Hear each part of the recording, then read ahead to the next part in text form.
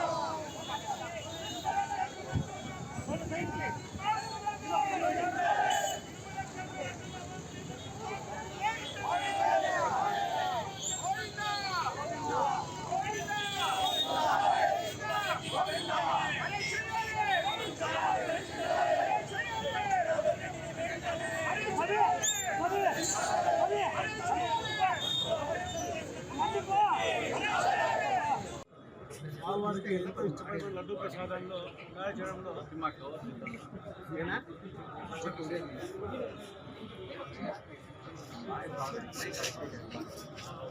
లడ్డూ ప్రసాదంలో అపచారం జరిగిందని, లడ్డూ ప్రసాదం అపవిత్రం చేశారని గత వారంగా మనం చూస్తూనే ఉన్నాం.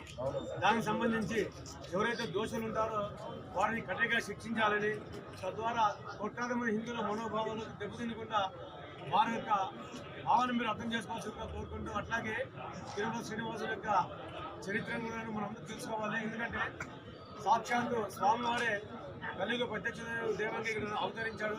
ఆయనకి అనేక రకాల నివేదన చేస్తున్నాం. అయితే అందులో ఆ నివేదనలో మొట్టమొదటిగా అందరూ పవిత్రంగా పోయింది లడ్డూ ప్రసాదాన్ని మనం పవిత్రంగా పోయేసాం. అట్లా లడ్డూ ప్రసాదంలోనే ఈ రకంగా అవతరం చేయడం మనందరికీ చాలా బాధాకరం.